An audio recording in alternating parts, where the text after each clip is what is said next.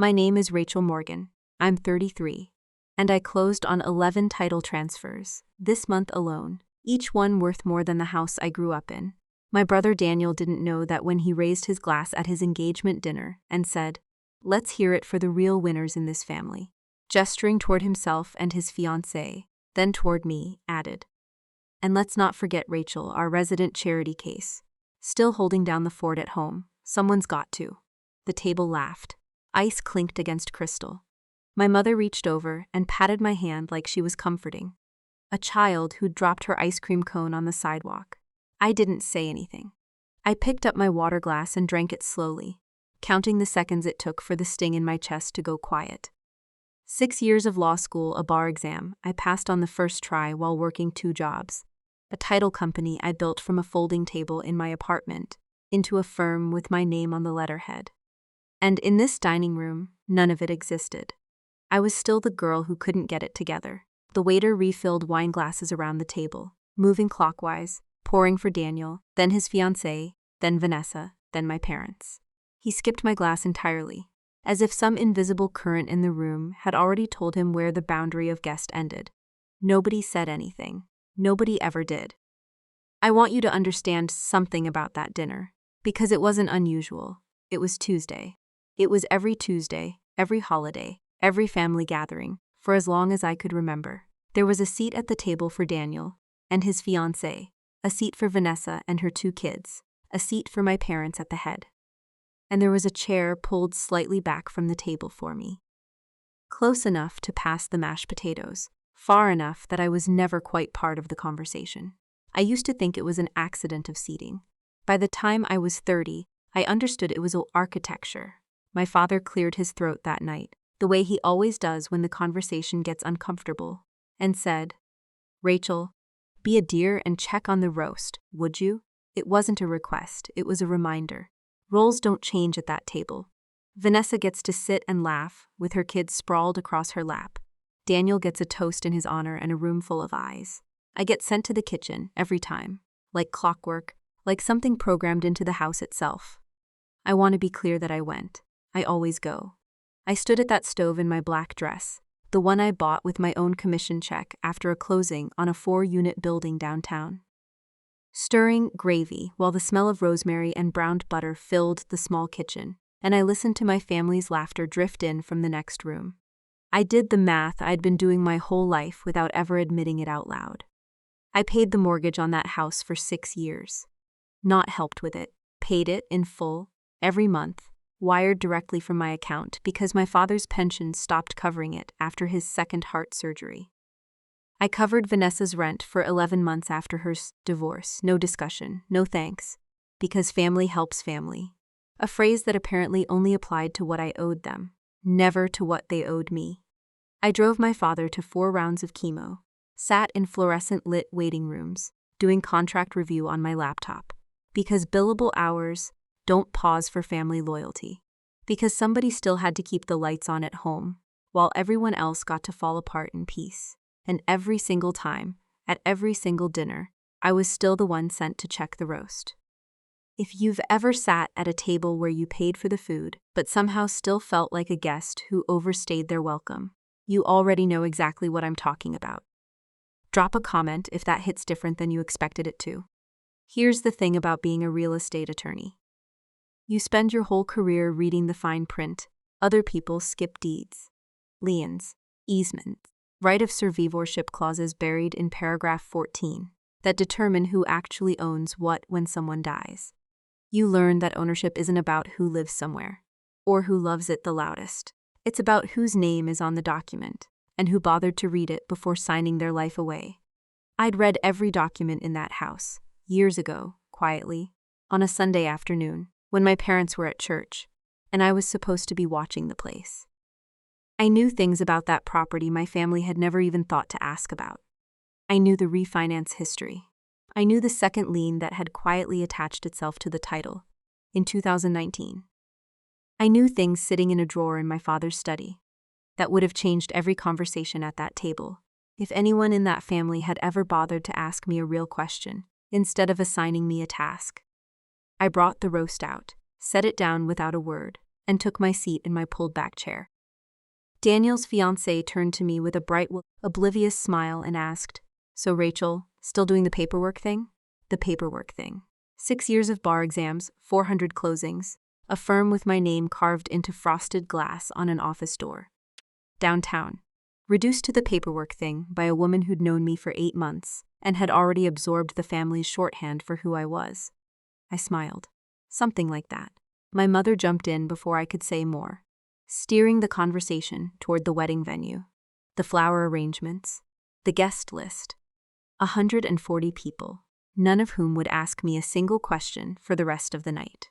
I ate in near silence, cutting into meat I'd cooked with my own hands, listening to plans being made for a future.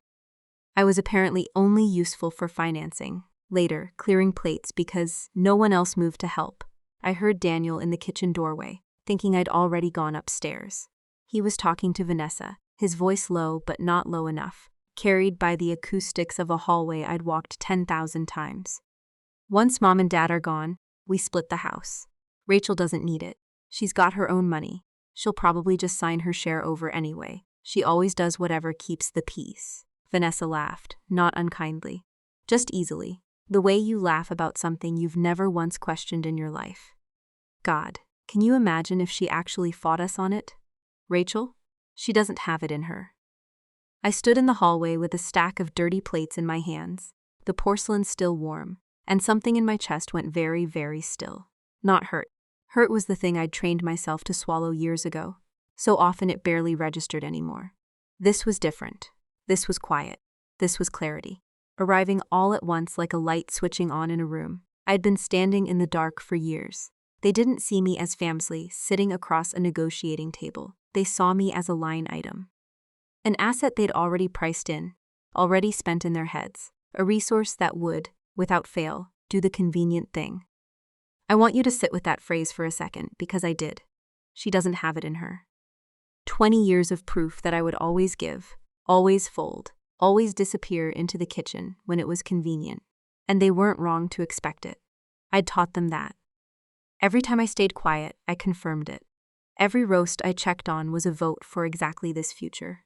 I set the plates down on the counter, very carefully, the way you set down something you don't trust yourself to hold much longer, without it shaking. Then I went upstairs, sat on the edge of my old childhood bed, in a house I effectively paid for, and I did not cry. I noticed that, actually. How dry my eyes were, how still my hands were. Something had already shifted. I opened my phone and looked at the calendar for the following week. Monday 9 a.m. I had a closing at the office. Tuesday, a deposition on a boundary dispute. But I made room right there for something else. A call to my own attorney. Not the firm's clients, mine. Because here's what nobody in that dining room understood about me, and what I'd spent 20 years too polite to say out loud. I read documents for a living. I know exactly how ownership works. I know exactly what a signature means, and what it doesn't. And I had just spent 6 years quietly building something my family had no idea existed. Something with my name on it, in ink, in a filing cabinet. None of them had ever thought to open. If you've ever been underestimated by the very people who benefited most from that mistake, stay with me. Because Rachel Morgan was done being the paperwork thing. She was about to become the fine print they should have read a long time ago. 3 weeks after that dinner, I started keeping a second set of books. Not for the firm. For myself. I bought a plain black notebook from a drugstore near my office. The kind with the elastic band around the cover. Nothing that would stand out in a bag or on a desk. I wrote the date on the first page, and underneath it a single line. What I have given, what I have received. It sounds cold when I say it like that. It didn't feel cold when I was doing it. It felt like the first honest thing I'd done in years. I sat at my kitchen table that first night, with bank statements spread out in front of me, the blue light of my laptop, the only illumination in the apartment. And I started pulling numbers. 6 years of mortgage payments to my parents' house.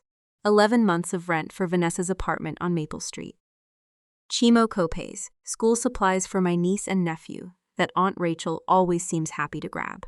A new roof after the hailstorm, quietly financed through a personal loan nobody else knew existed, paid back at $400 a month for 2 years. The number, when I finally added it all up, sat on the page like something alive. I stared at it for a long time. Then I closed the notebook and made myself a cup of tea, because if I kept looking at it, I was going to feel something I didn't have room for yet.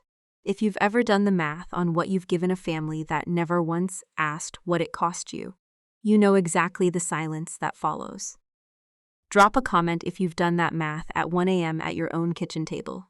The next morning, I called my attorney.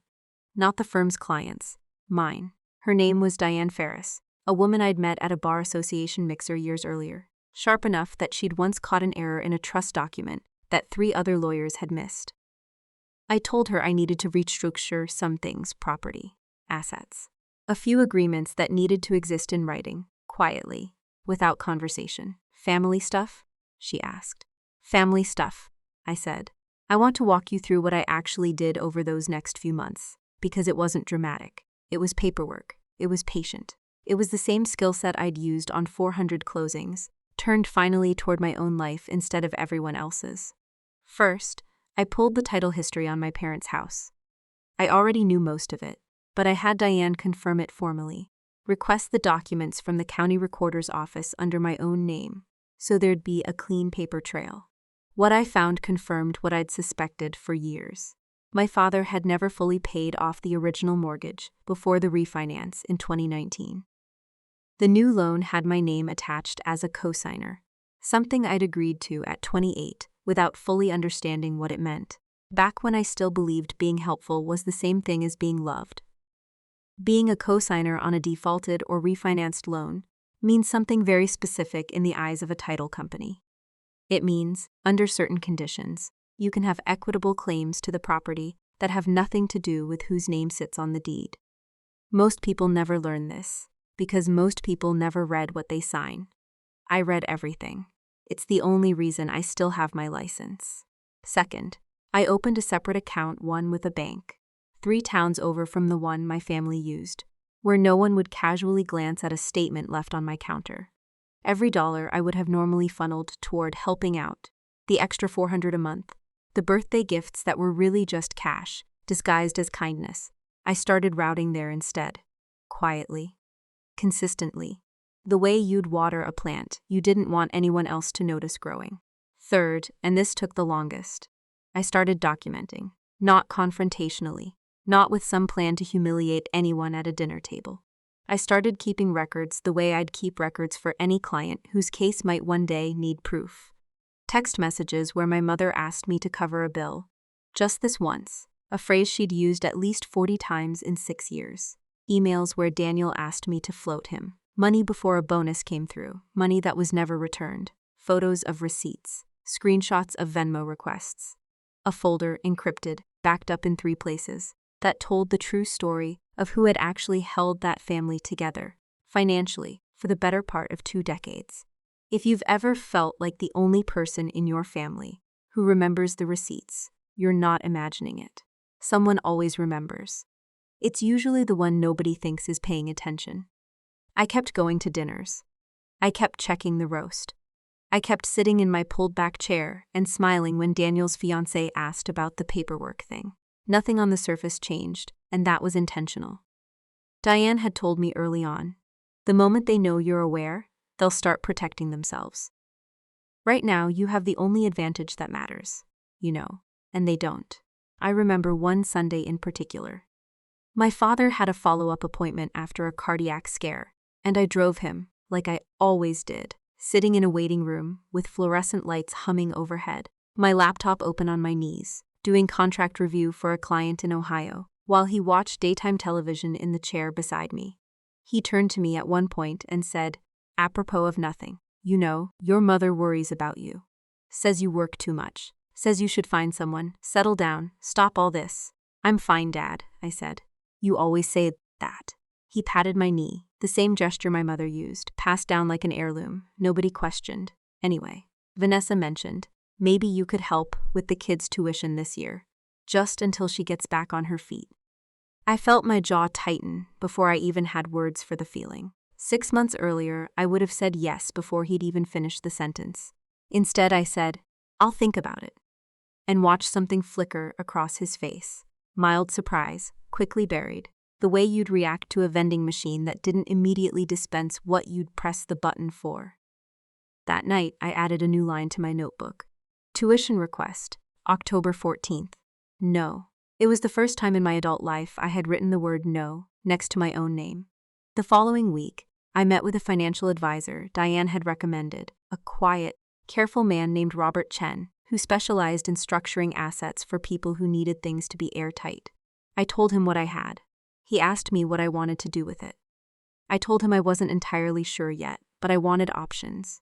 A trust, maybe, something that couldn't be touched by anyone who assumed it would eventually belong to them by default. People do this after a divorce a lot, he said, or after they realize someone's been counting on their money without asking. That's exactly it, I said. He didn't ask any follow-up questions. I appreciated that more than I could say. Around the same time, my energy started to change in ways I chalked up to stress.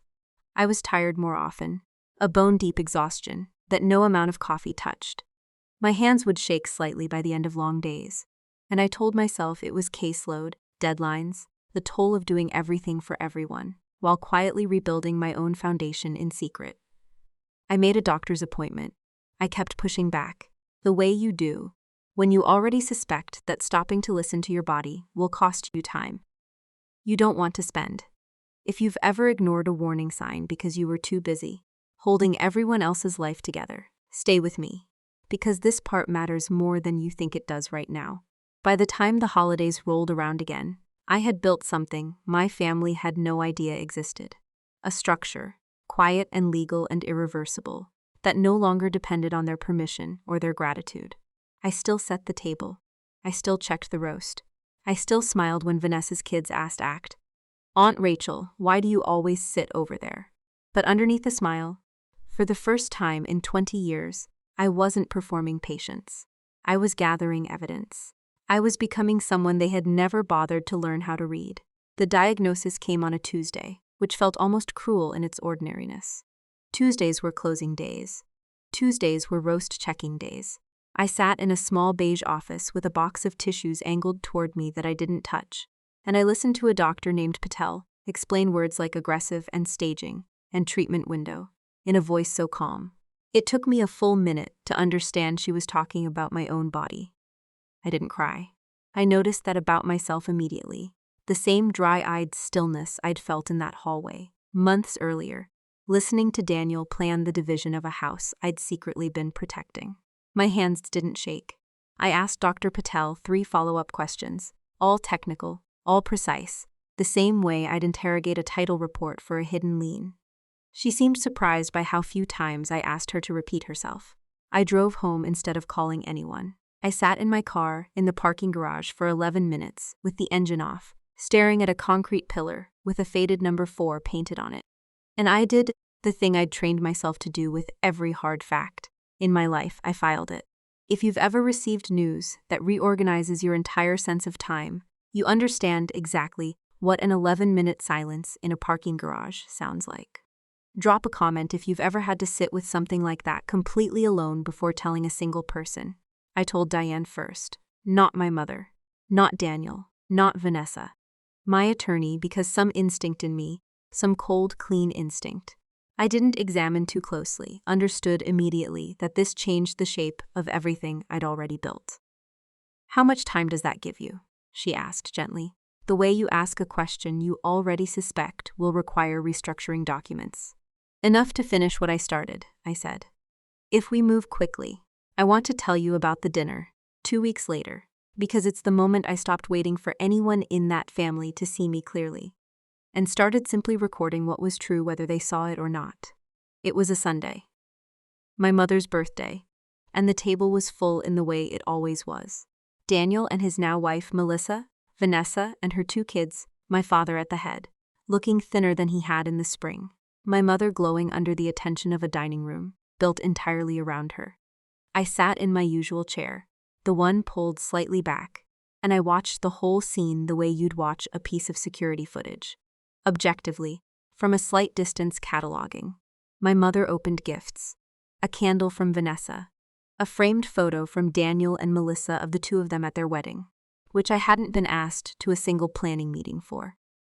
despite quietly covering the deposit on the venue when their card got declined 3 days before the date. My mother's face lit up at each gift like she was discovering fire. When it was my turn, I handed her an envelope.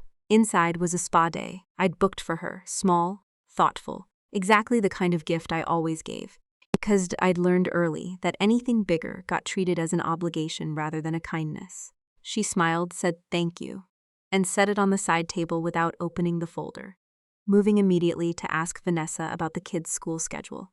Nobody asked me how I was doing. Nobody noticed I'd lost 8 pounds in 6 weeks, or that I'd stopped drinking wine entirely, or that I'd started declining coffee, because caffeine made the tremor in my hands worse. I sat in a room full of people who had spent 2 decades measuring my worth by what I provided, and not one of them looked closely enough to see that something in me had fundamentally changed. This is the part I think about most, even now. Not the diagnosis. Not the fear, though there was fear, plenty of it, arriving mostly at 3 a.m., when the apartment was too quiet, and I had nothing to distract me from my own thoughts. What I think about is that dinner and the specific surgical clarity of realizing that I could disappear from that family's daily life entirely, and the only disruption would be logistical. Who's going to check on Dad now? Who's going to cover it if Vanessa's short again? Who's going to drive to the pharmacy? Not what happened to Rachel, not. Is she okay? The math they'd do, if they ever found out, would be about function, not grief. I was infrastructure. Infrastructure doesn't get eulogized. It gets replaced, or it gets quietly, resentfully missed the way you miss a working furnace in January. If you've ever realized that your absence would only be noticed as an inconvenience rather than a loss, you already know that this is the moment everything after becomes different. That knowledge doesn't just hurt, it clarifies. I want to be precise about something, because I think it's easy to hear a story like this and assume the next part is about revenge, about wanting my family to suffer the way I had. That's not what happened in me. Something quieter took over. I stopped waiting to be understood, and I started documenting, so that eventually someone would believe me. Not punish anyone, just believe me. There's a difference. And it took me weeks of therapy sessions with a counselor named Dr. Ozzy to even articulate what that difference was. "You're not trying to win," she said to me once in her small office with a window that looked out onto a parking lot. "You're trying to be seen. Those aren't the same project." She was right, though it took me longer than I'd like to admit to accept it. Over the following months, as treatment started and my body began the slow, exhausting work of fighting something invisible, I kept building. I hired a videographer, a quiet professional named Marcus who didn't ask unnecessary questions, and I started going through 20 years of home videos. My mother had never bothered to digitize, sitting in shoeboxes in the garage collecting dust, camcorder footage from birthdays, Christmas mornings with tinsel and static-filled audio, hospital waiting rooms. I had them all transferred, cleaned up, organized by date. What I found in those tapes surprised even me. My family had never noticed the camera catching more than they intended. In a birthday video from when I was 19, you can hear my father in the background, telling a neighbor, half joking, "Rachel's the reliable one, thank God, because the other two would run this family into the ground." In Christmas footage from 3 years ago, you can hear Daniel asking me, off camera, if I could spot him for the holiday gifts, followed 30 seconds later by him loudly announcing to the room how generous he'd been with everyone's presents. 20 years of evidence, and none of it staged. Just an accidental record of what happens when you assume nobody's really watching, and nobody's really listening, and nobody will ever go back and check the tape. If you've ever found proof of something you always knew was true, but could never quite point to, you understand the particular quiet vindication of finally holding it in your hands. I also finalized the structure Robert had helped me build. The trust, the specific arrangement for the house that would take effect only under certain conditions, documents so carefully worded that Diane had them independently reviewed twice by outside counsel to make sure nothing could be contested. I signed everything on a Thursday afternoon in March, my hands steady despite the treatment schedule that had started stealing my strength in small increments, week by week. I didn't tell my family I was sick. Diane asked me once, gently, if I wanted to reconsider that. If they know, I said, they'll perform kindness for the rest of whatever time I have left. I don't want performed kindness. I've had 20 years of that already in the other direction. I want you to sit with that for a second, because it's the thing I keep coming back to whenever I revisit this period of my life. I wasn't protecting them from grief. I was protecting myself from watching them discover, in real time, how convenient it would suddenly become to love me. By early summer, everything was in place: the trust, the documents, the footage, organized chapter by chapter, like a case file.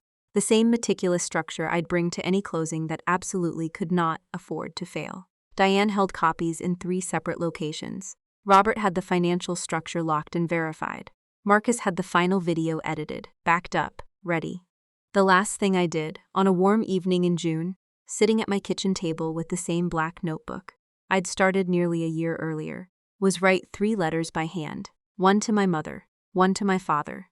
One meant for both Daniel and Vanessa, the same letter, because in the end, they'd made the same choice about me for the same reasons. I didn't write them out of anger. My hand was shaking by then, genuinely, from the illness rather than emotion, and it took me 2 evenings to finish all 3. I wrote them because, for the first time in my life, I wanted my family to hear the whole truth in my own words. Without a kitchen doorway between us, without a chair pulled back from the table, I sealed the envelopes. I gave them to Diane along with everything else. Then I did something I hadn't done in longer than I could remember. I sat outside on my small balcony, with a cup of tea, the city lights just beginning to flicker on below me. And for a moment, just a moment, I let myself feel something other than calculation. I felt done. Not defeated. Done, the way you feel when a long, difficult case finally closes, and all that's left is to wait for the judgment to be read. Rachel Morgan passed away on a Thursday morning in late September, with hospice nurses at her side and a view of maple trees just beginning to turn outside her window. She had asked, specifically, that no family be present for the final hours. Diane sat with her instead, holding her hand, honoring the one request Rachel had been firm about. Since the day the paperwork was finalized, the funeral, 3 days later, was exactly what Rachel had expected it would be. My mother wore black and accepted condolences with the practiced grace of a woman who had spent her whole life being comforted rather than comforting. Daniel gave a eulogy about his incredible sister, his voice cracking at precisely the right moments, describing a closeness that had existed mostly in the retelling. Vanessa cried into a tissue and told anyone who would listen how Rachel had been the glue that held this family together, a phrase she used at least 4 times before the reception ended. Neighbors nodded. Cow workers from the firm wept quietly in the back pews, the only people in the room who had actually known what Rachel carried. Nobody watching that funeral would have guessed the truth. Everyone believed completely that they were witnessing a loving family bury a beloved daughter and sister. If you've ever watched people perform grief for someone they never truly saw while they were alive, you know exactly the strange, hollow feeling of sitting in that kind of room. Drop a comment if you've been the only one at a funeral who knew the real story. 1 week later, the family gathered in Diane Ferris's office, expecting what families typically expect after a will reading: numbers, a house, a division of what remained. Diane sat across from them, a folder closed on the desk in front of her, and waited until everyone had settled. My mother in the center chair, my father beside her looking older than he had at the funeral, Daniel and Melissa on one side, Vanessa and her 2 teenage children on the other. Before we discussed the estate, Diane said, Rachel left each of you a personal letter and asked that you receive something else first: a video. Daniel shifted in his seat. A video? 20 years of home footage, Diane said. Rachel had it compiled and organized herself over the last several months of her life. She turned a laptop toward the room and pressed play. What followed was not what anyone in that room expected. There was no confrontation, no accusation, no staged monologue, just footage. Birthdays, Christmas mornings, hospital hallways, ordinary Tuesday dinners, spanning 2 decades, all of it real. All of it originally recorded for entirely innocent reasons. But Rachel had done something quietly devastating in the editing. She hadn't cut a single frame of anyone out of a good light. She'd simply let the footage run long enough to capture what always came. After the smiles faded, The moments nobody remembered because nobody thought the camera was still rolling. My father's voice from a birthday 19 years ago. Rachel's the reliable one. Thank God, because the other two would run this family into the ground. Daniel, off camera at a Christmas gathering, asking Rachel to cover the holiday gifts, followed by him loudly taking credit for the generosity in front of the room. 30 seconds later, a hospital waiting room, Rachel visible in the corner of frame, doing contract work on her laptop, while my father slept in a chair, my mother's voice from somewhere off camera saying, "At least Rachel's good for something." The room went completely silent. Vanessa's hand covered her mouth. My father stared at his own hands in his lap. Nobody could deny what they were hearing. Because it was their own voices, their own careless words captured accidentally across 20 years of a family that had simply never imagined anyone was keeping track. She never edited in anything that wasn't real, Diane said quietly. Once the video ended, every clip is exactly as it happened. She just never forgot any of it, even when all of you had. Daniel opened his mouth to say something, then closed it. There was nothing to argue with. It was all just footage. Diane opened the folder and distributed 3 sealed letters, each addressed by hand in Rachel's handwriting, her signature slightly shaky in places where the illness had already begun to take hold by the time she wrote them. My mother's hands trembled as she opened hers. Daniel and Vanessa read theirs in silence, side by side, the same words meant for both of them. Nobody read the letters aloud. Diane didn't ask them to. Some things, Rachel had said, only need to exist between the person who wrote them and the person who receives them. Then Diane placed a final document on the table. "This is regarding the house," she said. My father looked up, some old assumption still flickering behind his eyes, the same assumption that had lived in that family for years, that eventually the property would simply be divided, the way things always eventually resolved in their favor. "Rachel wrote something for this part specifically," Diane said, and read from a card in Rachel's own words. "The house you're fighting over was never mine to leave." Confusion moved across the table like a current. Diane slid the final document forward.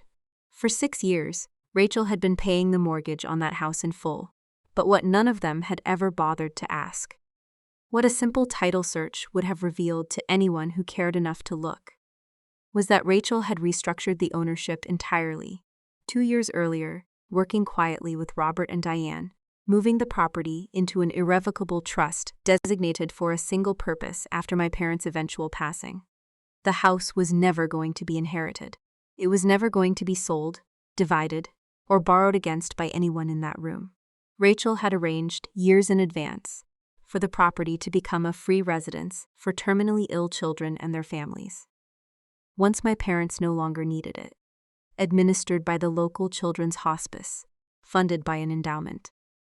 Rachel had built quietly through the same account.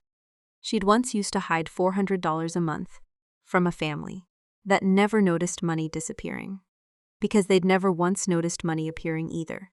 Every mortgage payment Rachel had ever made, every dollar, she'd quietly funneled away instead of handing over the moment someone asked, had been building toward a future.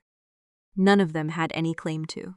The family walked out of that office with nothing to divide, nothing to inherit, and nothing to contest. Every document had been reviewed twice by outside counsel, specifically so that nothing could be challenged. It was airtight, the way only someone who spent a career reading fine print could make it airtight. Months later, a modest bronze plaque was installed outside the house, the one my father had refinanced years earlier without ever fully understanding what he'd signed. It read simply, "The Rachel Morgan Family House. Built from one woman's kindness. My parents still live in the neighborhood. They drive past that house most weeks, whether they mean to or not. The route home from the pharmacy, running directly past the front porch, that once belonged to them, and now belongs to families who arrive with far less time left than they'd like, and far more gratitude than Rachel's own family ever managed to offer her while she was alive." I think about what my father said once, in a hospital waiting room, 20 years ago, not knowing a camera was still recording. Rachel's the reliable one. He wasn't wrong. He just never once asked what reliability had cost her, or what it might mean to actually see the person providing it. Here's what I keep coming back to. and maybe it's the only thing worth taking from Rachel's story. Kindness that goes unnoticed doesn't disappear. It doesn't stop existing just because nobody says thank you. It just quietly compounds. The same way debt does. The same way resentment does. Except kindness, when it finally comes due, doesn't destroy anything. It builds something. A roof over a family who has nothing left to lose. A future for children who will never know Rachel's name. Funded entirely by 20 years of a woman being underestimated by the people who should have known her best. Rachel never wanted revenge. If she had, that video would have looked very different. What she wanted was simpler, and in some ways, harder to give, to be believed. To have the truth exist somewhere outside her own memory, so that for once, 20 years of being treated like a burden couldn't simply be erased by a well-performed eulogy. The people who quietly carry everyone else's weight rarely announce it. They don't need to. Every payment made without thanks, every ride to a chemo appointment squeezed between billable hours, every dinner eaten alone in a kitchen, while a family celebrates 20 feet away. None of it disappears just because it goes unacknowledged. It becomes the foundation everything else stands on, whether anyone chooses to notice or not.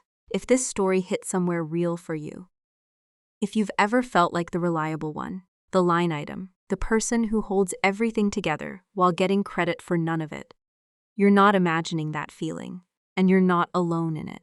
If you want more stories like Rachel's, stories about the quiet ones who finally stop asking to be seen and simply become impossible to ignore, make sure you're subscribed to Shadow Drama Stories. Hit that notification bell so you never miss the next one. Drop a comment below telling me which part of Rachel's story stayed with you the longest, and share this with someone who's ever been called the reliable one in their own family. We'll see you in the next story.